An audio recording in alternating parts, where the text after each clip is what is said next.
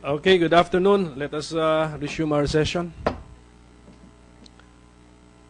I'd like to apologize to our resource persons, guests, and witnesses. We just had to address another matter because an arrest order was satisfied. So this involved three personalities, so we have to address because we have been deprived of their liberty. No? So we address this subject matter. So we received the report from the Office of the Sergeant at Arms that, where's the report, please?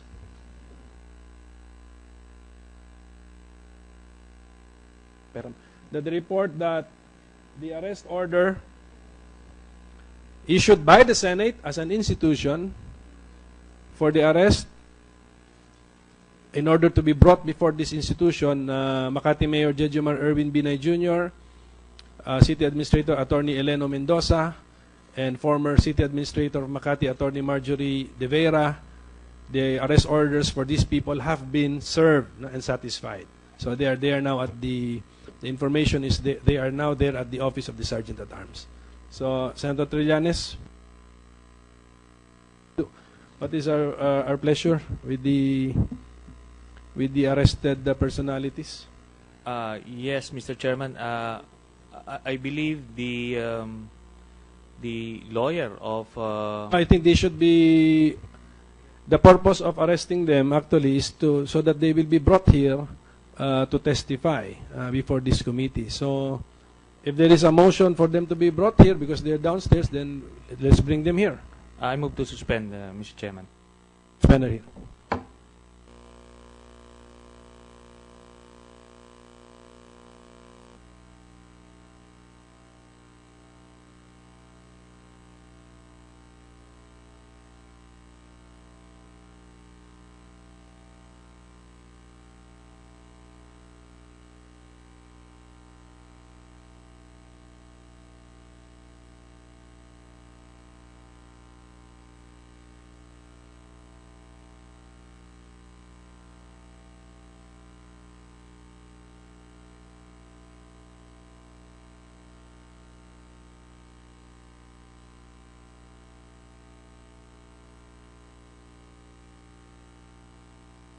Okay, let us resume. So with this information, Senator Trillanes. Mr. Chairman, having mentioned that the following named persons are already with the Sergeant at Arms, I move therefore that the Sergeant at Arms be directed to bring the following: Mayor Jejomar Erwin Binay Jr., Attorney Eleneo Mendoza, Attorney Marjorie De Vera, to be brought here in the session hall. I so move, Mr. Chairman. Attorney Certeza, okay. Attorney Certeza is the counsel for the three.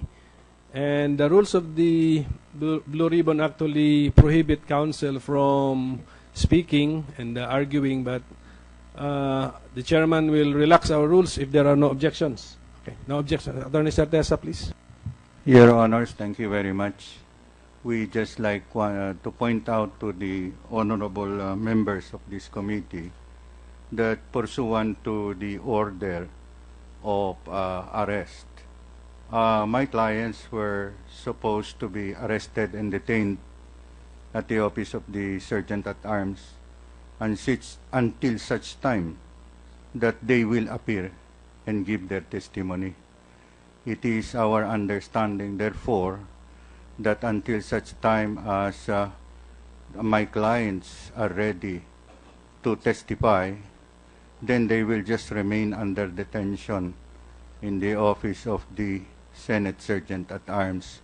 And for this reason, we respectfully oppose the motion of Senator Trillanes that they be brought to the session hall. But that is where we differ, no, Pañero? Of course, the order must be reasonably interpreted, and in my opinion, in the chairman's opinion, they were arrested precisely to be brought to this hearing. So The objection is noted, but I have to deny the objection. So, If I just respectfully manifest, Your Honor, I have already talked to my clients about this eventuality, and they have all informed this representation that they are unwilling to come to this session hall if there is such an order, Your Honor. Just for the record. yes, it's recorded. So, make that of record, clearly of record. So, may we now direct the Sergeant at Arms to bring Mayor Jejomar Erwin Binay, Attorney Eleno Mendoza, and Attorney Marjorie De Vera to the session hall and let them take their seats. We again, Your Honors, please, we object to this directive to the Sergeant at Arms. It is contrary to the order, Your Honor. Let that be noted. Now, at this point, the speaking rights of Attorney Certeza is hereby terminated. But as counsel, you can sit beside your clients and advise them. Thank you, Your Honor.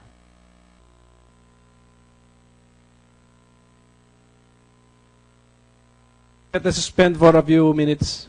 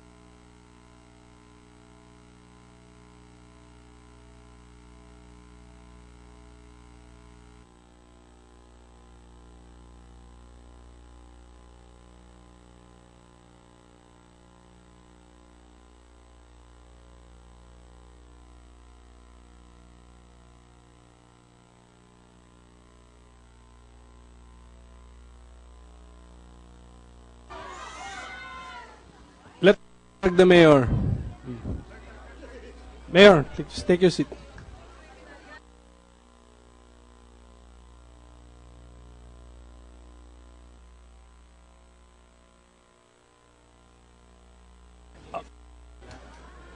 Oh, we are not yet in session, pero Sergeant at Arms, can we clear the gallery, please? Seems like the gallery has been penetrated.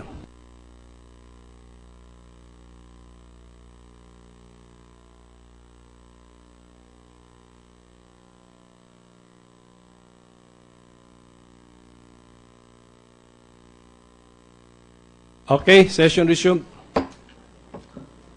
So before us now are Mayor Jejomar Erwin S. Binay, Attorney Eleno Mendoza, and Miss Marjorie De Vera.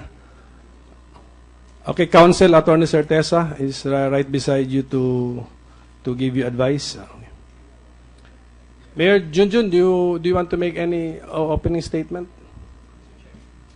Mr. Chairman, Excuse me, Mayor. I would like to ask first, Mayor JunJun Binay, kung nasaktan ba kayo when you were brought here? Order, please, order. Let us suspend our session. General, May script. Mr. Senator, can I just pacify? let's suspend.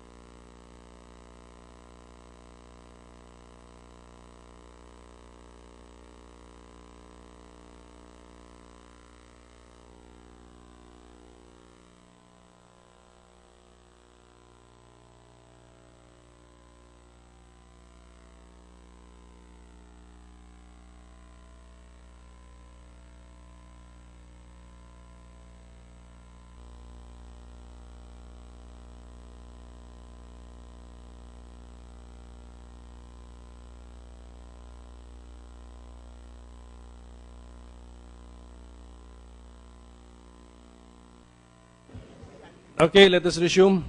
Senator Trillanes, please. Yes, Mr. Chairman, I was asking the good mayor if he was hurt when he was brought here. Mayor JunJun?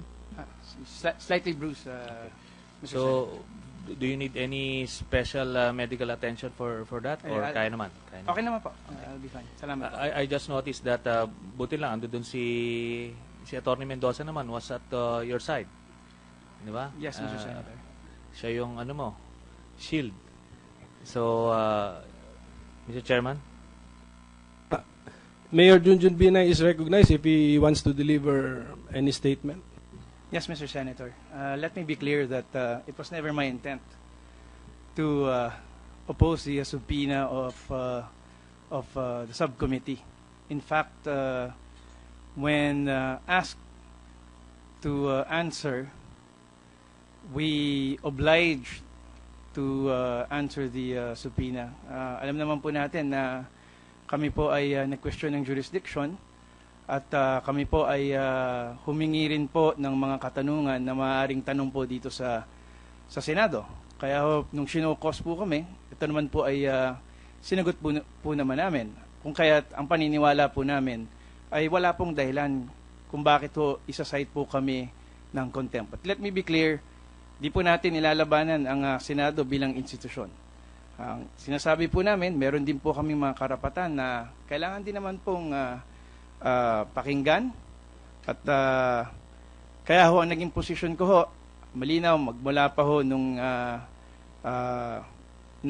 cite nga po ako ng contempt, na ang posisyon ko ho ay ako po ay humarap na po dito sa Senado nung unang hearing. Ang lahat naman po ng hiningi ng Senado sa city government, kung ito po ay nasa aming possession, ito naman po ay binibigay naman po namin. Kung kaya't wala na pong dahilan para humarap pa ho ako dito sa hearing po na ito. Nasabi ko na po lahat ng dapat kong sabihin at kaya nga po inu-oppose ko ho ang proceedings na ito. Kung kaya't I would like to respectfully manifest, Mr. Chairman, that I will no longer participate in the ongoing proceedings. Respectfully, Mr. Chairman. So, I have noted your manifestation, but ganito pa yung nakatatanda, Mayor, no? Kasi nagka-clash yung ating theory. Ang theory mo, wala kaming jurisdiction. Ang theory namin, meron kaming jurisdiction. So, if that is the situation and you really believe in your theory, then I think it's time for you to run to a referee, to a third party, to tell us who has the correct interpretation of the situation and of the Senate rules. But anyway, we have heard your manifestation, and it has been noted. I will discuss that with the subcommittee and committee members. But I have prepared a few questions for you, Mayor Binay. Are you ready, willing to answer? Again, Mr. Chairman, I would like to reiterate, upon the advice of my lawyers, I was advised not to attend the hearing. That is why we were firm that the order of arrest states that I be detained in the Senate Sergeant at Arms because I'm not willing to participate, Mr. Chairman. Therefore, again, as advised by our lawyers, there is no reason for me to participate. Let me just make of record that I intended to ask you questions about the Makati Science High School, the Makati City Hall parking building, precisely to get your inputs or your position on some of these matters. So actually, it's to give you a chance to refute or to elaborate or to provide missing details. So yun po yun actually. And thank you for your cooperation. At least you are here before us. And I was informed by our Blue Ribbon staff that former President Ramos, when he was issued a subpoena, he complied with the subpoena. Former Vice President Noli De Castro also complied with the subpoena of the Senate. So wala naman tong personalan. We are enforcing the processes of the institution. We followed our procedures as we understood them. Dumaan tayo sa showcause, etc. And then we have now in the contempt citations. Any questions from Senator Trillanes? Mr. Chairman, I would just like to inquire with the appearance now of Ms. De Vera, Tony Mendoza, and Mayor Binay. What is that status now of the contempt? Kasi from the Chairman. opening statement of the mayor, I could sense that he wants to cooperate with the ongoing investigation. So if that is the sense of the opening statement of the mayor, and also his city administrator, the other department heads of Makati will be given instructions to cooperate with this investigation, I think that is already a good manifestation of cooperation from the mayor. And I am also cognizant of the fact that there are actually 2 cases pending before the ombudsman, where the mayor is also a respondent, and the subject matter of the cases are the Makati City Hall Parking Building 2 and the Makati Science High School Building. So I will understand if the mayor does not want to testify or elaborate on these matters because of these pending cases where he is one of the respondents. So at any rate, the order of arrest having been satisfied, the mayor is already right before us. His manifestation is noted, and